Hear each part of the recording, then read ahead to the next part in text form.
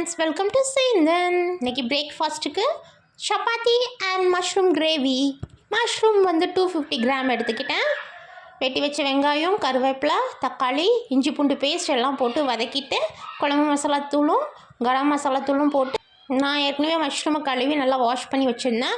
அதையும் சின்ன சின்னதாக கட் பண்ணி இதில் ஆட் பண்ணி மஷ்ரூம் வதக்கும் போது மஷ்ரூம்லேருந்து நமக்கு தண்ணி விடும். ஸோ நமக்கு எப்படி தண்ணி தேவையோ கிரேவியோட கன்சிஸ்டன்சி பொறுத்து நீங்கள் தண்ணி ஆட் பண்ணிக்கோங்க. ஃப்ரெண்ட்ஸ், இப்போ என்னென்னா கல்யாணம்னு புதுசில் நம்ம மாமியாரோ இல்லை நம்ம அம்மாவோ ஏதாச்சும் ஒரு விஷயத்துக்காக டிசிஷன் எடுக்கலாம். பட் ஒரு 1 இயர் அப்புறமும் அதுவே தொடர்ந்துச்சு அப்படின்னா அது நம்ம மேலே தான் மிஸ்டேக். சஜஷன் யாருக்கிட்ட வேணால் கேட்கலாம். பட் டிசிஷன் ஒன்று உங்களோட தான் இருக்கணும், இல்லை உங்கள் ஹஸ்பண்டோட தான் இருக்கணும். அவ்வளோதான், மஷ்ரூம் கிரேவி ரெடி. உங்களுக்கு தேவையான கன்சிஸ்டன்சிக்கு வாட்டர் ஆட் பண்ணிக்கோங்க. நான் ஃபைனலாக கொத்தமல்லி இலை தூவி மஷ்ரூம் கிரேவியை இறக்கிட்டேன். என் கிட்ஸும் சப்பாத்தி என்ஜாய் பண்ணி சாப்பிட்டாங்க.